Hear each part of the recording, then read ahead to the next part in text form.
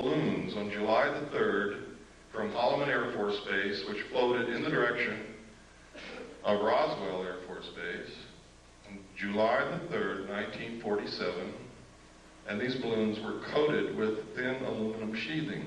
Now go back and remember the description that Jesse Marcel gave of what he found in the field on Brazel's Ranch.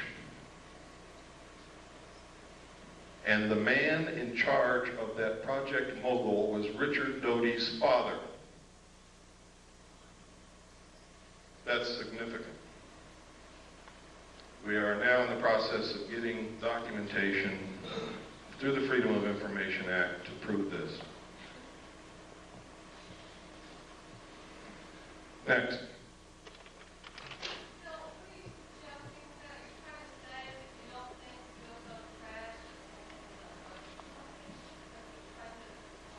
I'm saying that we can no longer accept that a UFO crashed on the basis of the evidence that we now have. We've got to find out there's something else to this. They have a Project Mogul that released balloons on July the 3rd near Roswell, New Mexico. It's coated with thin sheeted aluminum. No, it wasn't. No. No. They also released balloons from Project Mogul also in June, on several dates in June of 1947. What I'm saying is that Richard Doty is participating in putting out phony flying saucer information to the world, and his father was in charge of Project Mogul, that we need to look at this more closely. That's what I'm saying.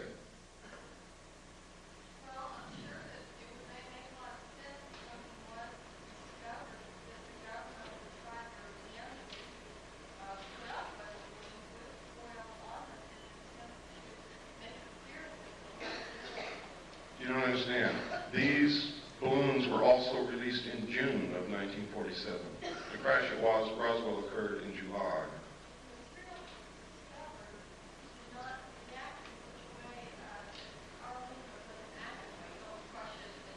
Well, you have to also understand that you're taking the word, you have no evidence, you're taking the word of an intelligence officer who may be participating in creating something for you to believe that doesn't exist.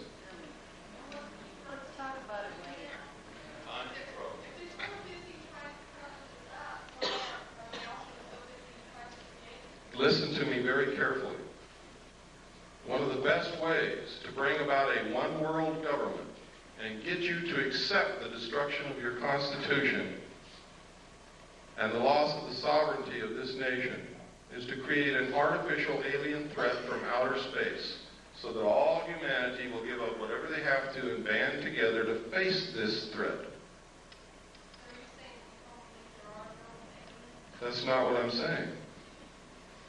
I'm saying I'm presenting evidence to you that should make you want to do some more investigating before you believe anything. And I specifically stated at the beginning of this lecture, I don't want you to believe anything that I say or anything that I show you, but I want to create enough curiosity and maybe anger and maybe a lot of other things in you that you help me start looking for the truth. That's what I'm about. Earlier, you said that you would explain why the government spent billions of dollars on stealth aircraft and other conventional aircraft with this technology that we have. Why are they so ignorant of the fact that we have this kind of technology? That be the case. I've already explained it to you, sir. Some people can't, and I know it's hard to put all this together. You saw that there's a population problem. The technology that they're hiding from us would make us live longer, would give us better lives, would give us a source of possibly free energy or next to free energy, would probably give us methods in which to kill most, if not all, illnesses and diseases. And their goal is to cut back the population. They're not suppressing cancer cures so doctors can get rich. They're suppressing cancer cures so more people will die. So that they don't have to come out and say, you and you and you up against the wall, it's your day to get killed.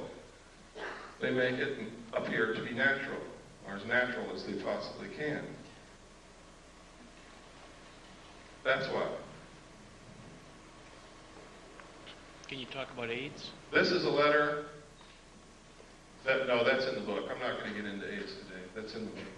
This is a letter that was written to the White House to Mr. Fitzwater, who was Reagan's press guy. And what he wanted to know is who wrote the paragraphs about aliens that Bush inserted into the end of 6 speeches that he gave during his administration. Most people don't even remember that he said those things, but he did. Next slide. What Marvin Fitzwater wrote back was that the president himself inserted those paragraphs. They were not put in there by the speechwriters. One of the speeches was to Boston High School students and faculty. Next. In which he said, I couldn't, but one point in our discussion privately with General Secretary Gorbachev, when you stop to think that we're all God's children, wherever we may live in the world, I couldn't help but say to him, just think how easy his task and mine might be in these meetings that we held if suddenly there was a threat to this world from some other species, from another planet outside in the universe. Do you think all this stuff is coincidence? I hope you're beginning to wake up. He said this 6 times in 6 speeches in his administration. This is come together one world government stuff. This is alien threat from outer space stuff. 6 times, the president said. Next. To the General Assembly of the United Nations. Next. In our obsession with antagonisms of the moment, we often forget how much unites all the members of humanity. Perhaps we need some outside universal threat to make us recognize this common bond. I occasionally think how quickly our difference worldwide would vanish if we were facing an alien threat from outside this world. And yet I ask you, is not an alien force already among us? What could be more alien to the universal aspirations of our peoples than war and the threat of war? What would a one-world government do? Abolish war. What is the threat that will bring it about? An alien threat from outer space. Please wake up. Next.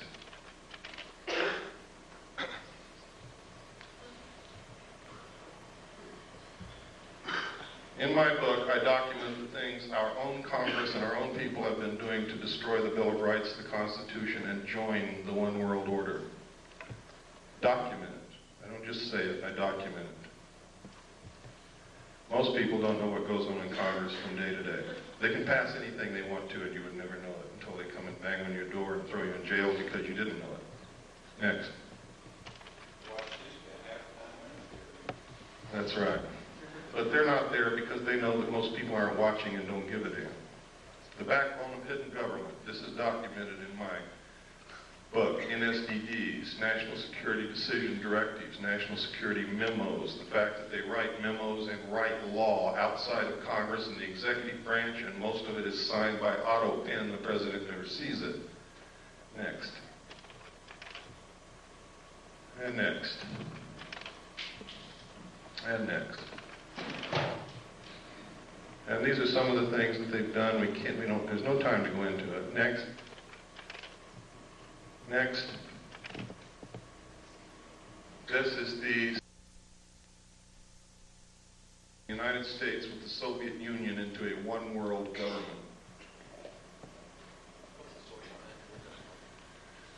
That's from an organization called Free, put out by Johnny Stewart. The address over there, it's in my book. You want to know why you can't get the truth off of television, radio, or the newspapers? CFR owns, controls them. Barbara Walters, all of them are members of the CFR. Next slide.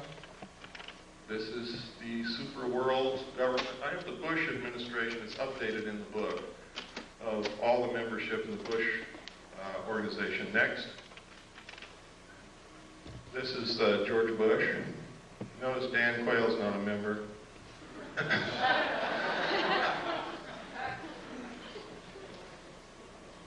Now this is serious.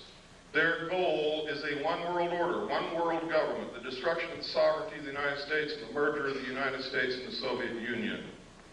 Why do you think our generals and admirals have been going back and forth to the Soviet Union and theirs have been coming back and forth over here? They're getting ready to do it.